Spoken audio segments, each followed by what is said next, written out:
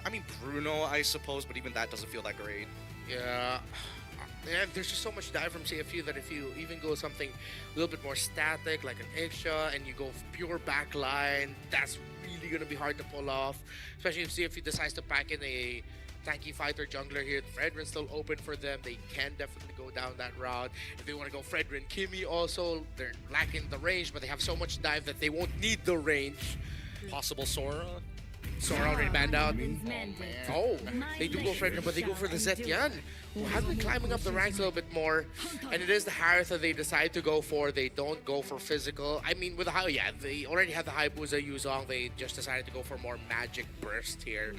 I'm leaning a little bit more towards CFU here, but the zone does have a window. It's just very difficult to get through it. Yeah, if it's just sheer damage and aggression, then on paper, Team Zone's lineup looks really, really good. But we really have to consider the amount of disruption, or even just the Lapu and everyone else diving in or into these backline heroes that Team Zone picked up. Yeah, I think a lot of this early game is going to be dependent on the supports alongside with the EXP laners, right? Everybody else is going to be supplemented by how these two lanes are going to move. But as we start getting into the game, we're going to be answering all of those questions as the Land of Dawn opens up for these two teams for our very first best of 3 to kick off today. And we have 3 overall for this day of Swiss, all of them eliminations. As we all know, it's so important to win game 1 in a best of 3 because that instantly puts you at match point. CFU or Zone again, type it out in the comments section who you think is gonna win this. And as always, let's look at the mid prio. Who'll be able to clear much easier and who will be able to keep their health at a better state. Sing doesn't mind giving away priority in the lane itself, knowing potentially could be dangerous, and also speeding up Fredrin's initial clear. As you can see, it's always going to be a little bit slower than the Hayabusa overall, but that's going to be totally fine, right? We go into our first tech pause. Luckily, we did it in the first less than a minute, so no momentum built. It's all a good time. Yeah, it's just so far the Zetian once again sort of really handling the lane pretty well. The range is just a bit too crazy. I know it's been adjusted a bit. And more than damage, I think if you're just capable of poking out the opponents in the middle lane early on, then that just grants you a really good advantage. I think that's also one of the requirements if you want to make sure that Zetian's good with her mid prio, or to even add more to that, just have Cho with you, or any Roman that has a concussive blast. They clear out the middle so fast that there's not a lot of room for you as a mid laner to trade. They're just gonna clear, and then you're gonna have to. All right, I guess we're gonna clear, but then that means we're behind in terms of the rotations, or they're not even gonna rotate early on. Zetian's just gonna keep throwing her skills at you, and then you'll be brought low, then forced to go back. It's not like the perfect 100% Zetian and Cho is always going to win, but it's not the easiest matchup to go up against it. Yeah, and it's a great way to just stop all those early quick rotations you could get from a Farsa. Oh, what? Look at how close that is. 3 votes difference. 3 votes difference, and you could be that part of those 3, chat. So please get on it right now. Can I type both? Can I type both and add 1 to both? This is why it's important to vote. See, look, it's so close. See, it's 2 more people voted, and it's still 3 apart. Who didn't vote? I personally think it's one of the other teams who are like, sympathy. And then they voted for the other one and they realized, wait a minute, this doesn't change anything. So it's you still can vote for both. It could be, it could be. Who knows, who knows? But with that being said, I do want to talk about the technicalities, about the, especially with the mid lane dynamic, right? I don't know whether or not people prefer the Hylos over the Cho in these types of situations. At the end of the day, they both kind of do roughly the same thing, with Cho having better clear in the first like 3 minutes of the game. After that, it sort of evens out later on, depending on what the build usually is. But I think the main concern right now is if Cho or Boxy is able to get a trade out freely against the Farsa, that could slow down. For an example, if you see them shunpoing towards you, there's a pretty good chance you're going to hit wings by wings, and that's going to slow you down from taking the normal path of the river and having to go through the jungle. Yeah, I feel like if the combinations of the heroes were just a little bit more different, we could have seen Team Zone pick up the Cho for themselves. But now that they had the Yu Zong as one of their first 2 picks alongside the Hylos, I feel like they were just thinking also that, hey, if we have the Cho and the Yuzong, that's 2 dudes initiating, we have no one to peel for the backline. At least for one, if having either the Hylos or the Yuzong, you can delegate. Either one's gonna stay and one dive, vice versa. Oh. Wait. Based on the game state right now, I think they're playing it really, really well, both OP and as well as Boxy. Oh, now that's the flicker forced out of OP. Not much he could do there. I get it. They were playing it really aggressive because they were winning out majority of the lane, but that's the Hayabusa you're talking about. Yeah. And that's cool. That wasn't even a level 4 guy. That was just level 3. He just showed up with a shadow and immediately got OP. And that's exactly what you want to do, right? And I think from OP's POV, is like, I don't mind taking the first initial stun. He just wasn't expecting Zixora to gank him pre-level 4. So again, a bit of creativity, but more importantly, it's about execution. It's these smaller moments that you need to take to start building advantages. This is why I think the meta is so heavy on the playmaking, because it's moments like this that's going to allow Team Zone to fight for the turtle. Yeah, now everything's just on Team Zone side. The control, the rivers no longer dominated by CFU, so we will be definitely seeing something here in this turtle fight. But Bankai, though, forced under his turret. Now there goes the Landshaker, stunning 2 people from Team Zone. Will they go for the counter engage? They are quite low, so Team Zone might have to reset for a bit. They still have their ultimates. They can get back in there. They need Bankai to first start the jump and maybe target OP down, who just hit level 4. What, are they not going to reset this? That's the Black Dragon form already committed by Bankai. He's looking for a target. They're trying to go for Detective. Fury of the Phoenix already committed, but they're going after Kenny in the back lines. Kenny goes down. Detective takes the turtle.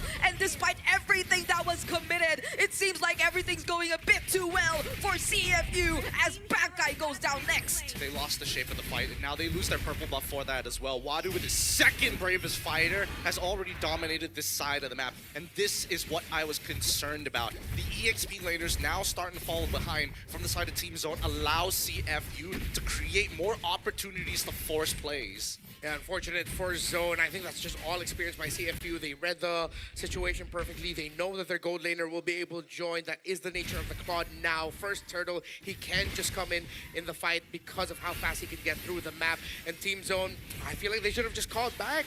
They needed that purple buff for their Hayabusa. And going up against a Fredrin, a Lapu, yes, we already saw the Landshaker, the bravest fighter, committal, and you have the Yuzan, but it's way too tough to make that fight work. It's so demanding of your team to get that turtle. I guess they were just really banking on the Black Dragon form. Yeah. But even then, all other resources of CFU were available too. It's just the bravest fighter that they saw being used. There was still the Fury of the Phoenix and wave the dragon onto Zixora, but there might be no follow-up.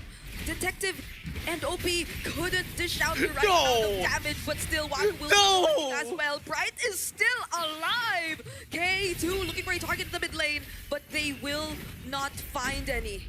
Can we get a replay of that? Oh my god, Boxy, what a sick Cho play. You blink, you miss it. How quick was that way of the dragon to guarantee that Zixora was not able to get his ult? Yeah, on point. Zixora was already charging up the animation, but then Boxy was able to kick him back.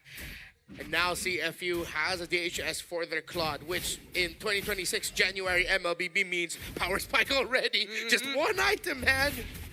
Nerf him! If the Dragon Bravest Fighter all committed on the Bankai, Landshaker doesn't connect though, so he's still able to use the Black Dragon form! But the sustain you see from this Yu Zhong keeps him alive, but without that, Team Zone might not be able to contest this objective. Yep, they have no Petrify to do it, and Zixora's maybe thinking of getting in on this. Bit of an awkward quad shadow there. I don't know what he was aiming at. If it was older Hayabusa, that definitely would have been closer. But I'm pretty sure at this point he's definitely very familiar already with the quad shadow length. I guess he was just reaching for the stars at that moment. It felt like he was hoping that somebody would just walk up into it, you know? Yeah. But you see Boxy right beside you, and I don't think you could stay for any longer. He's already kind of made a name for himself at this point. There's a lot of respect going over to Boxy from the side of Team Zone. You can see that they get a little bit nervous when they notice his presence around the map, and I think that's something that's good, right? However, what are they going to use that leverage for? And I think at this point, now that there are no buffs left on the map to actually fight for, you can see that Boxy is proactively looking to either kick Bright or even Kenny. Fury of the Phoenix cancels out the feathered airstrike. But Zixora still finds Boxy. Will OP get to find a trade? It seems like the damage and the range will not be enough. But then Kay arrives, and with the Salmon Force, will try to take down Opie. But Wadu will provide some help. Bright 2 joining in with the Glorious Pathway, but now they see 3 members in front of them. Sing is just stealing the auto attack, so will the Appraiser's Wrath connect. Bankai! The knock-up from Bankai using the Black Dragon form as well. But Sing is still able to deal all the damage that he wants. Oh my goodness, it's a game of cat and mouse in Sing, luckily preemptively flickering, knowing that the Xora is paying attention to the BMI. These are the moves that you want to see from our professionals. Lots of focus at the center of the map.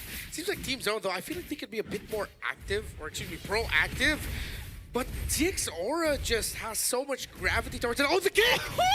Speaking of Zixora, He can't be using Quad Shadow anymore. Zixora must hold his Quad Shadow for as long as possible. I didn't expect Boxy would be committing the flicker and the full combo, but in the end, that just completely snuffs out any rotation the Team Zone wants to have or any presence that they want to have in this map. 3 turtles will be going to CFU. Kay has been able to farm up well and is now one of the few ways that Team Zone can make a comeback through this. Feather of Heaven up for that Harith.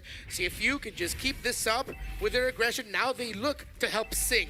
yeah, but I have to say that they've been really aggressive so far too. I don't think there's been any instance where the flickers have been down or have been not used at all whenever there was a team fight. It's always Boxy, Sing, and OP aggressively making use of the resources that they have, and it's so Team Zone.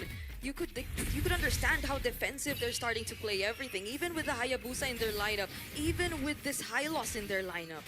Look at Detective. I really love the way that he builds on this Frederick. You should be looking for as many components as possible because the raw stats, look at him. He's level 10 and he's just beating him up. What are you going to do about it? I like it when I see Fredericks like this. It's really just, yeah, I definitely can frontline. Even though I will be taking damage, it's fine. Like, at the end of the day, I'm going to end up hurting someone, and I do have the help, as long as the other members of the team are there. So good call by Detective. Oh, Purify forced out. Nice. Okay. And that's it. They didn't commit the Way of the Dragon or anything.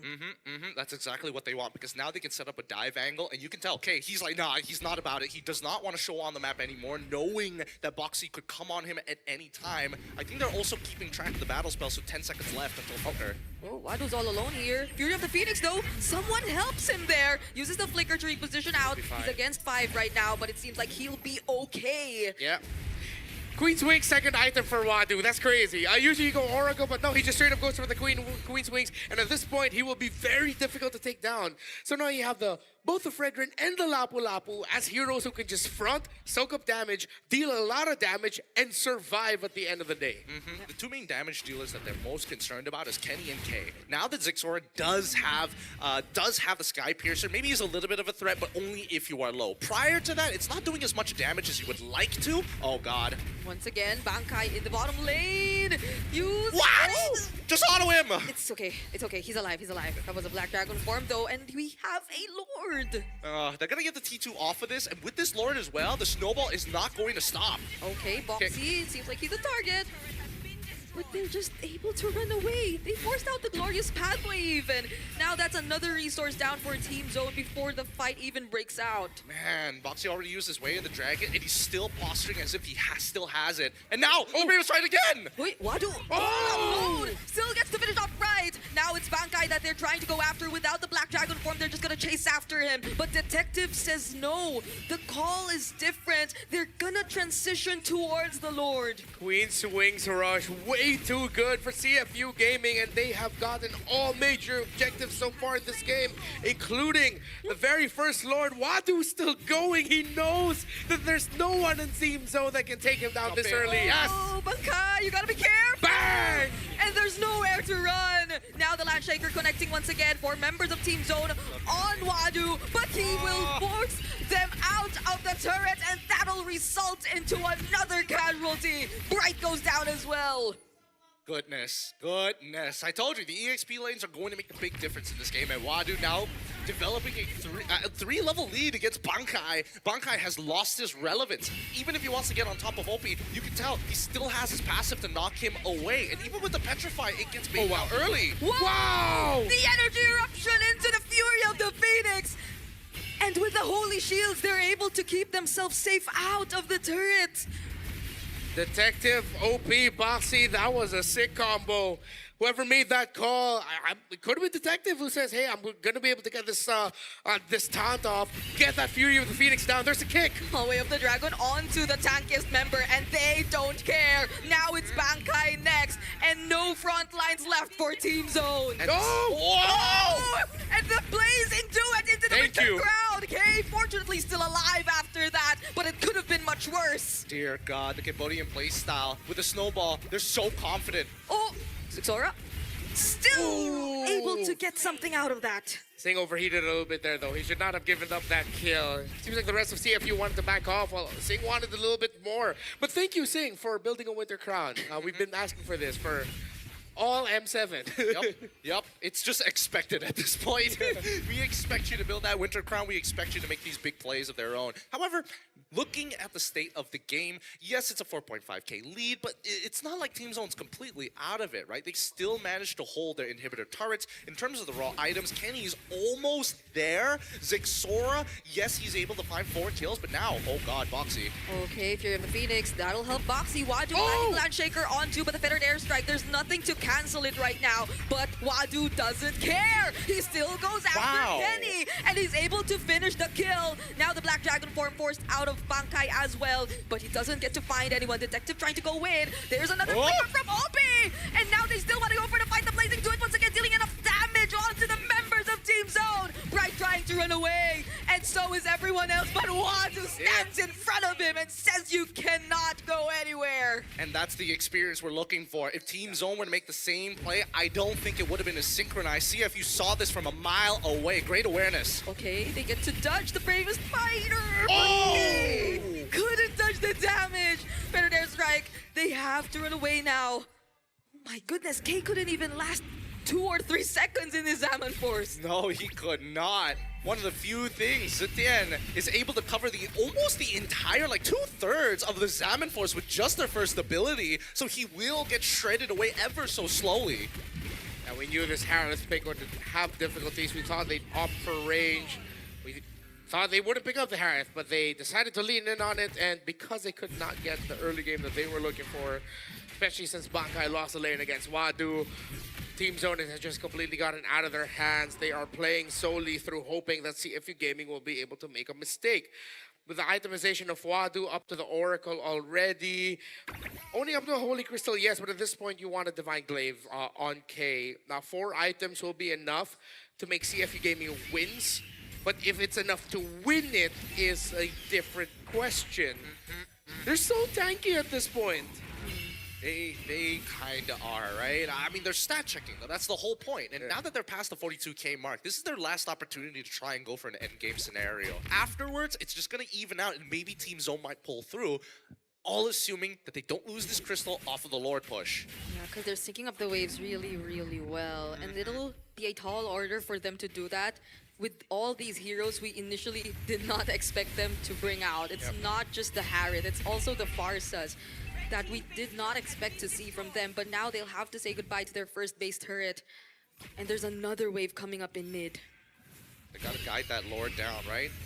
Take advantage of it.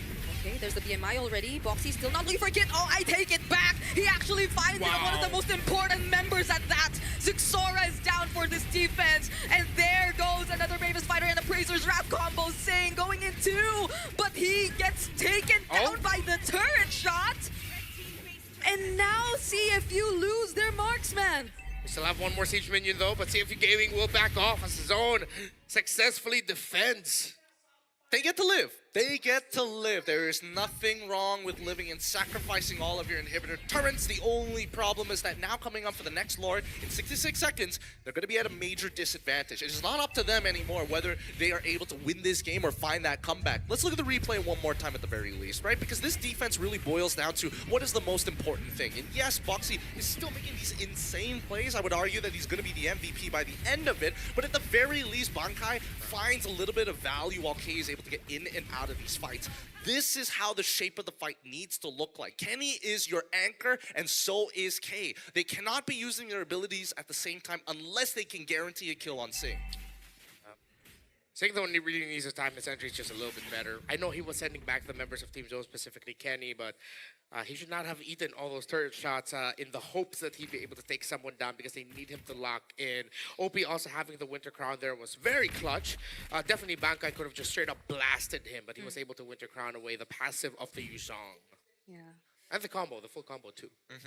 I guess Zing didn't really notice that the turret shot was on him too. Yeah, the man was so locked in with getting that kill. He really wanted that. He wanted it, but now how do they even contest for this Lord, right? It's an almost guaranteed non-contestation for CFU. His Team Zone just locked in their base, unable to do much about it, right? If one of them get picked off at 60 minutes into the game, it's roughly like a 30 to 40 second, depending on who dies, respawn timer, which is pretty much game over at this point, knowing that the Lord is going to spawn in about roughly 10 seconds. Yeah, CFU Gaming can definitely finish it off here unless errors again, a little bit of jitters or over eagerness to end it, leading to members of CFU Gaming, especially Sing or OP, maybe even Wadu falling down unnecessarily early.